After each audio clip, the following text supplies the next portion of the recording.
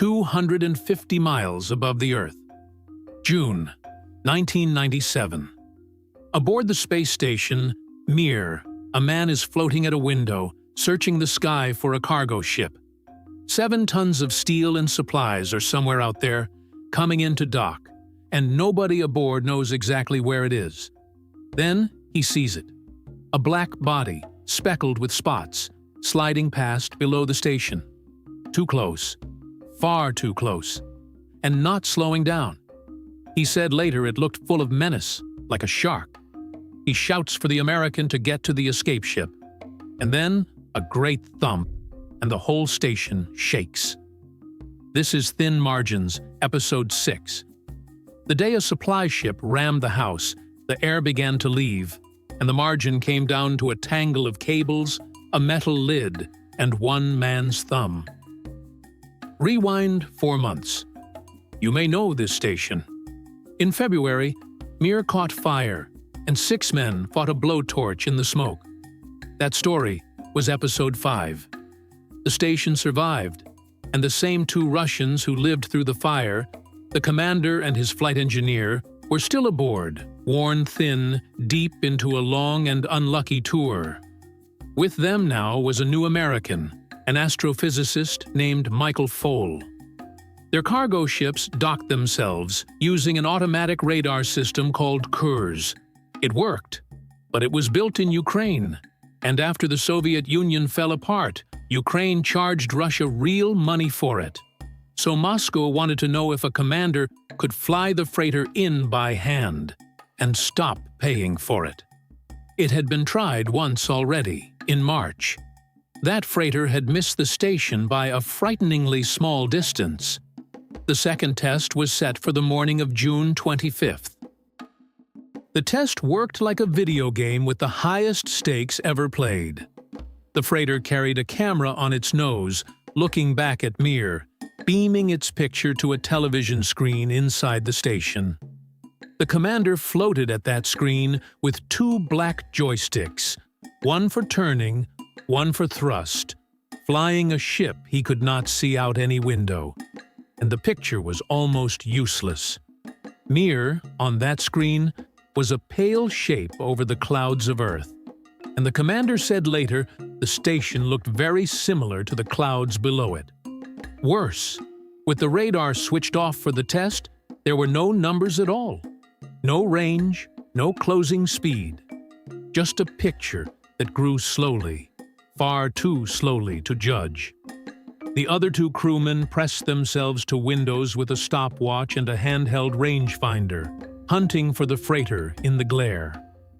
By the time anyone understood how fast it was coming, it was too late to brake. The freighter weighed as much as a loaded school bus, and it arrived like one.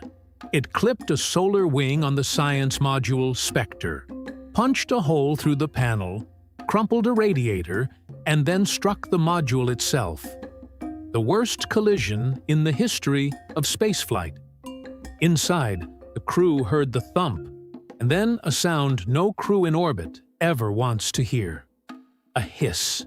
Their ears popped. The air was leaving, and the master alarm wailed through every module at once. The American did what he had trained to do and went for the Soyuz lifeboat, and found even that hatchway threaded with cables and air ducts, the station and its lifeboat wired together like one body. If they had to run, they would first have to cut themselves loose. But the 2 Russians were not running.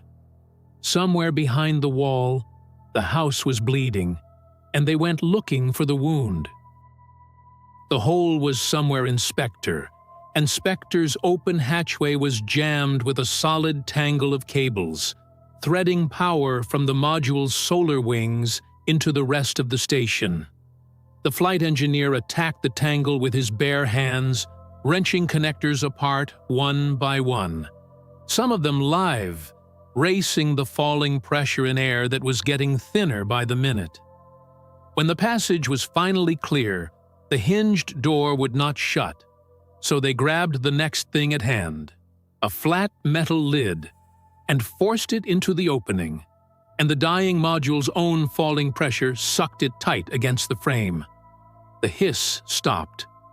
The station would keep its air.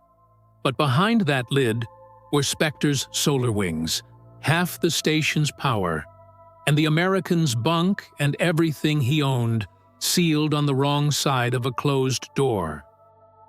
Then, the station went quiet, in a new way. Half the power was gone with Spektr, and in the scramble nobody had switched anything off. The batteries drained flat. The spinning gyroscopes that held Mir steady ran down and died, and the station began to tumble, slowly, like a thrown toy. A tumbling station cannot hold its panels to the sun, so the blackout fed on itself. For more than a day the station rolled through space, with almost nothing alive inside it. No fans, no pumps, no lights. A silence the crew had never heard before. To stop the tumble, they needed to know how fast they were turning, and every instrument that could say so was dead. So Michael Foale floated to a window and held up his thumb.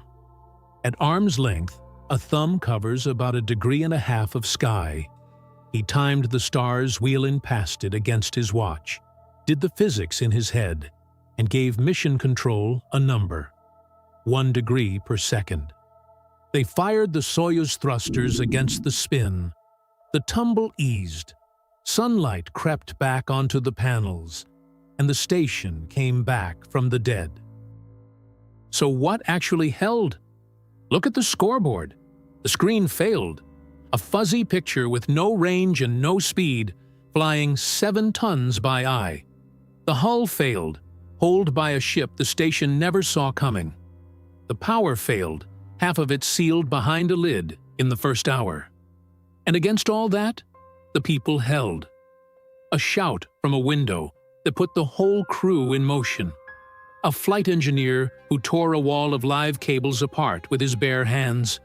A metal lid forced into a doorway seconds ahead of the air. And a physicist with a thumb, a wristwatch, and the stars who measured what the dead instruments could not.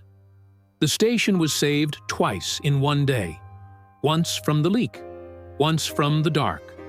The margin was not the hardware. It never is. Scoreboard. The idea, one last time. In August, a fresh crew rode up carrying a custom answer. A new hatch plate for Spektr with sockets for its power cables. 2 cosmonauts suited up inside the station, an internal spacewalk into the airless module, floating through a dead laboratory by flashlight, and plugged 11 power lines back in, while Michael Foale waited inside the Soyuz, ready to fly everyone home if it went wrong. Most of the power came back. The hole itself was never found. Spektr never held air again, and the Americans' belongings stayed on the far side of the lid until Mir came down over the Pacific 4 years later. On the ground, the blame fell first on one exhausted pilot, and only later on the truth. A test flown blind to save money, by a crew run long past its limits. A fire, and then a collision, in the same house, in the same year. And the same kind of people held both times. Next time, another moment on the edge. This was thin margins on the quantum files. If you want the next close call when it lands, subscribe to the quantum files. The margins are thin. That is why the people matter.